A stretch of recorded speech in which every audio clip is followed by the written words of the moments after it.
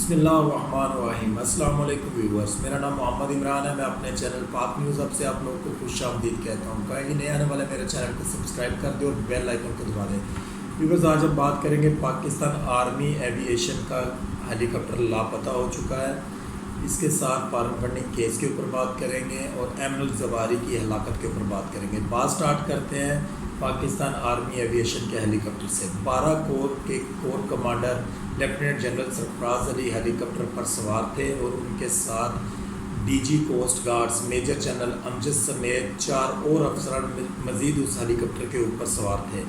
یہ جو ہیلی کاپٹر تھا یہ نگرانی کر رہا تھا لسبیلا کے اندر آنے والے سیلاب میں ہونے والی سرگرمیوں کے اوپر، اور امدادی جو وہاں پہ لوگ مصروف تھے امداد کرنے میں، اس کے اوپر یہ نگرانی ہو رہی تھی، اور یہ نکلے ہوئے تھے دیکھنے کے لیے کہ وہاں پہ کیا ہو رہا ہے اور صورتحال کیا ہے۔ اس کے بعد اچانک ہیلی کاپٹر غائب ہو گیا۔ تقریباً 13 گھنٹے گزر چکے ہیں، ہیلی کاپٹر کا ابھی تک تاحال پتہ نہیں چل سکا۔ پولیس کی تحقیق کے مطابق ہیلی کاپٹر جو ہے وہ وندر کے قریب سسی پنو درگاہ ہے اس کے قریب گرنے کی اطلاعات ملی ہیں، بٹ ابھی تک ہیلی کاپٹر کے قریب نہیں پہنچا جا سکا۔ ہماری دعا ہے کہ ہیلی کاپٹر میں تمام افسران اور فوجی جوان جو ہے وہ ان کی زندگی جو ہے وہ محفوظ ہوں، وہ جہاں بھی ہوں محفوظ ہوں، اللہ تعالیٰ ان کی حفاظت کرے۔ اس کے بعد ہم بات کرتے ہیں فارم فنڈنگ کیس کا فیصلہ آج 10 بجے سنایا جائے گا۔ ہم آپ کو یہاں پہ تھوڑا سا گائیڈ کرتے جائیں کہ فارم فنڈنگ کیس اور ممنوعہ فنڈنگ کیس میں کیا فرق ہے۔ ایکچوئل عمران خان صاحب کے اوپر جو کیس بنایا جا رہا ہے وہ فارم فنڈنگ کیس بنانے کی کوشش کی جا رہی ہے، جبکہ یہ کیس جو ہے یہ ممنوعہ فنڈنگ کیس ہے۔ فارم فنڈنگ کیس اور ممنوعہ فنڈنگ کیس میں فرق یہ ہوتا ہے کہ فارم فنڈنگ کیس میں جس جماعت کو کوئی دوسرا ملک کسی بھی قسم کی مدد کرے پیسے کی مد میں، اور وہ پیسہ وہ اس ملک میں آئے جس کی مدد کی جا رہی ہو، اور وہ اپنے ملک میں اس کو غیر قانونی سرگرمیوں میں استعمال کرے، اس کو کہتے ہیں فارن فنڈنگ کیس، اور اس میں جماعت یا اس کے چیئرمین کے اوپر پابندی لگ سکتی ہے۔ عمران خان صاحب کے اوپر عدالت بھی کئی دفعہ کہہ چکی ہے کہ یہ فارن فنڈنگ کیس نہیں ہے، یہ ممنوعہ فنڈنگ کیس ہے۔ اس کی بھی تقریباً تمام تفصیلات جو ہے وہ پی ٹی آئی والوں کے پاس موجود ہے، جو منی ٹریل ان کی آئی ہے اس میں وہ سارا کچھ ان کے پاس موجود ہے، لیکن آج وہ فیصلہ سنایا جائے گا 10 بجے کے قریب۔ اور جو ممنوعہ فنڈنگ کیس ہے، اس ممنوعہ فنڈنگ کیس میں ہوتا یہ ہے کہ کوئی بھی انڈیویجول پرسن وہ کسی بھی جماعت کو فنڈنگ کر سکتا ہے، دوسری صورت میں کوئی کمپنی کسی جماعت کو فنڈنگ نہیں کر سکتی۔ اس کی وجہ یہ ہوتی ہے کہ کمپنی فنڈنگ کیوں نہیں کر سکتی؟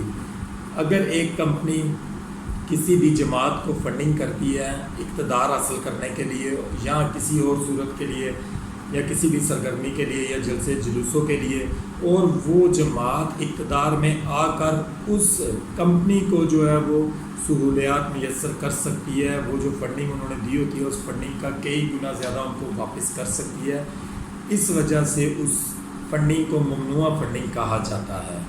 اگر ممنوعہ فنڈنگ ہوتی ہے، ممنوعہ فنڈنگ میں آپ لوگ کسی پر پابندی نہیں لگا سکتے، الیکشن کمیشن جو ہے وہ کسی پر پابندی نہیں لگا سکتا، نہ ہی چیئرمین پر نہ ہی کسی جماعت پر۔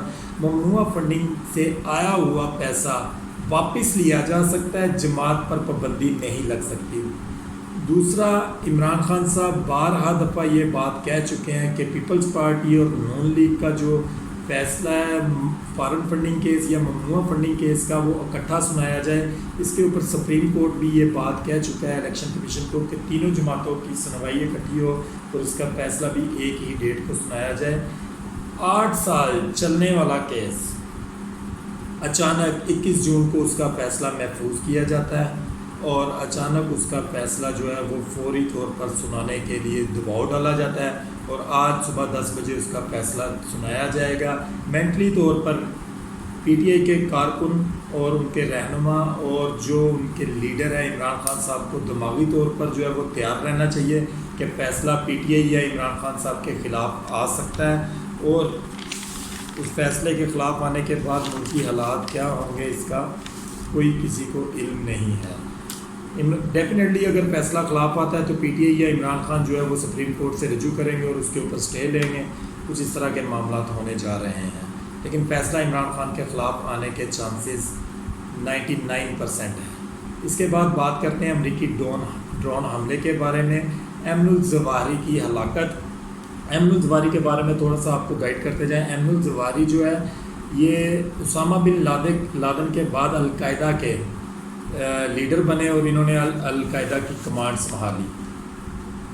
اب سے تقریباً کچھ دیر پہلے امریکی ڈرون حملہ ہوا افغانستان کے اوپر، جس میں ایمن الزواہری کی ہلاکت کی تصدیق کر دی گئی۔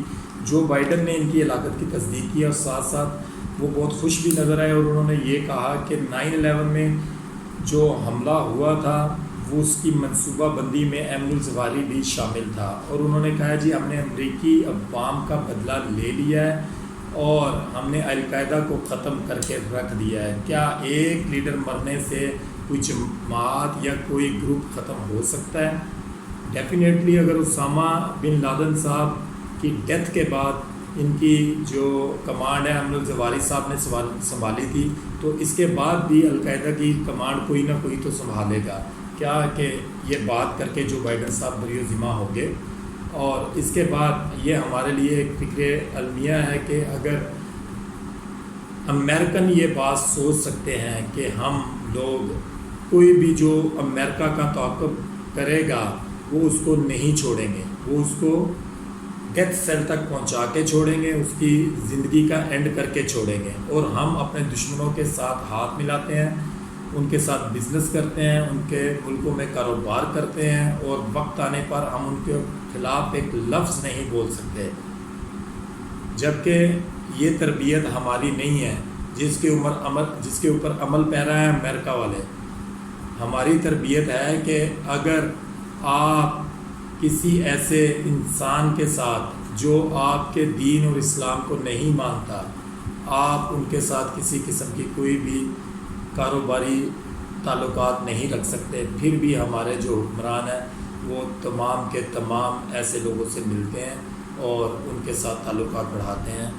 میری دعا ہے کہ اللہ تعالی ہمارے ملک کے اوپر کوئی ایسا حکمران مسلط کرے جو قانون اور شریعت کے مطابق ملک کو چلائے، اور میری یہ بھی دعا ہے کہ اللہ تعالی ہمارے اوپر اور ہمارے ملک کے اوپر کسی بھی منافقین کو قابض نہ کریں۔ اللہ آپ کا اور میرا حامی و ناصر ہو۔ خدا حافظ۔